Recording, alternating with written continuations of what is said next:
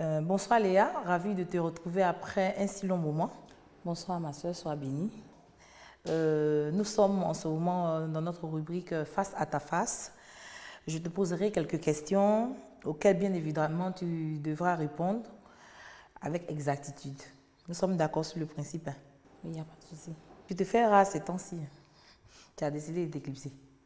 Non, pas du tout. On va dire que c'est un repli stratégique vu que je me suis retirée pour préparer mon nouvel album qui est en ce moment en train d'être sur le marché. On prépare la sortie officielle, c'est pour cela que vous ne me voyez pas.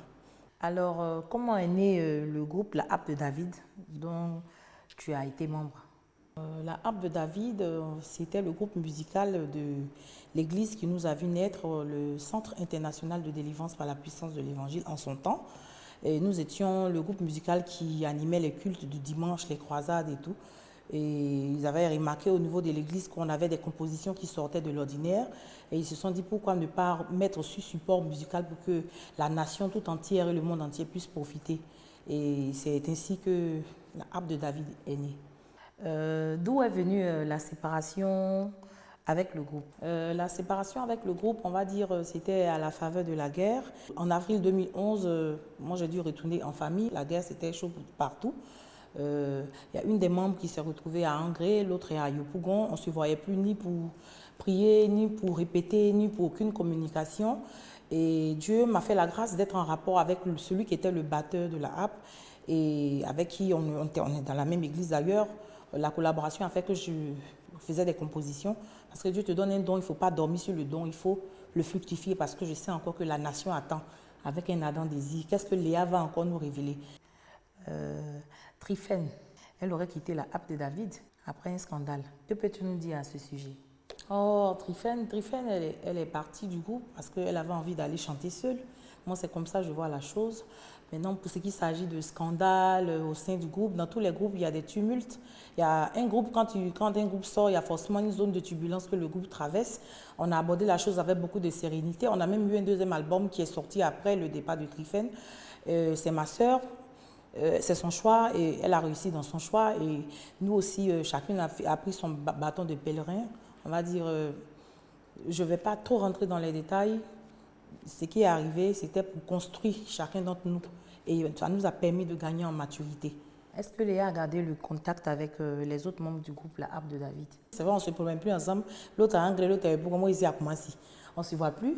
Mais une fois en passant, je les appelle. J'avais perdu ma soeur récemment, même je les ai appelées. Elles sont venues me soutenir. Non, je dirais que tout de suite qu'un chantre, c'est une personne qui est inspirée par Dieu et qui fait sortir des cantiques pour donner gloire au nom de Jésus et impacter aussi l'entourage de façon positive. Et c'est dire que forcément Satan va se lever contre cette personne puisque c'était son ministère au ciel. Voilà, les chantres, on est beaucoup acculés, les gens tirent beaucoup sur nous à boulet rouge. On ne fait pas de cadeaux, c'est normal parce que nous sommes comme des porte-flambeaux, des porteurs de lumière, des porteurs de bonnes nouvelles. Donc tout de suite, il t'arrive de tomber, de trébucher. Tout de suite, on se dit, bon, celle-là n'est pas de Dieu. Mais la Bible dit, 7 fois le juste tombera, 7 fois il se relèvera. Heureusement que Dieu renouvelle sa bonté chaque matin dans nos vies. Parce que si Dieu ne pardonnait pas l'iniquité de chacun d'entre nous, personne ne subsisterait sur la terre. Moi, je pourrais dire pour ma part, j'ai eu à le faire, je veux le refaire encore aujourd'hui, demander pardon encore à toutes ces personnes qui m'ont aimé, qui ont aimé le travail que j'avais fait. Jugez-moi par rapport à mon travail. Je suis un être humain, j'ai besoin de vos prières, j'ai besoin de votre soutien moral. Parce que ce n'est pas facile de pouvoir être jeune et donner sa vie au Seigneur et marcher dans l'intégrité jusqu'au bout. On est des êtres humains. Voilà. Moi, je sais une seule chose, ça m'a permis de gagner en maturité. Et vraiment, prions le Seigneur que je ne me retrouve plus encore au cœur de ces histoires et qu'on puisse savoir que Léa, Saphir de l'Éternel, revient bientôt avec un album de très belle facture. Que Dieu vous bénisse.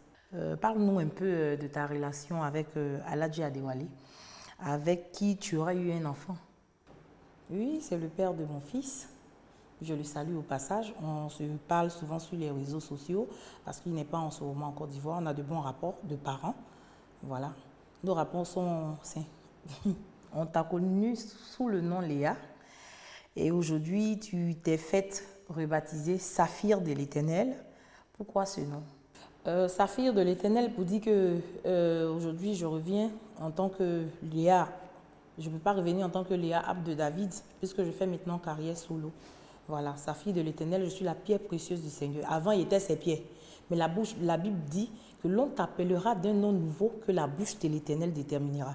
Donc quand Dieu change ton nom, il change ton histoire, il te donne une nouvelle chance, une nouvelle page s'ouvre sur ta vie, une nouvelle histoire s'écrit. Voilà, donc c'était pour repartir à zéro, mais cette fois-ci, en disant à tous que la serpillère d'hier est aujourd'hui une pierre précieuse, mais pour l'Éternel. On a appris également que tu prêches dans les boîtes de nuit. Pourquoi ce choix d'évangélisation? On va dire, moi j'ai la grâce. Naturellement, je suis évangéliste à la base. Et c'est la chanson qui m'a révélée. Voilà, moi je chante. Si on m'invite pour aller faire prestation en boîte de nuit, on me donne le micro. Avant de commencer à chanter, forcément, il va dire quelque chose aux enfants de Dieu qui sont là. Parce que nous, on n'est pas nés chrétiens, on est devenus chrétiens. Et je me dis qu'il y a des enfants de Dieu encore qui sont dans les bars. Ce n'est pas tous qui ont envie d'aller à l'église.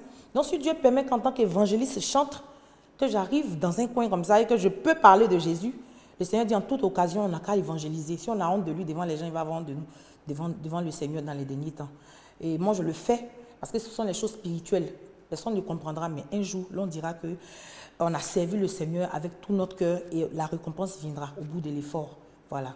Moi, je ne recule pas. Quand j'ai de l'occasion de parler de Christ, je le fais. Léa, merci d'avoir répondu à nos questions. Nous espérons te revoir très bientôt. Merci. Merci aussi. Longue vie à l'émission Showtime qui m'a donné cette lucarne là pour pouvoir m'exprimer. Je reviens bientôt. Vous me manquez.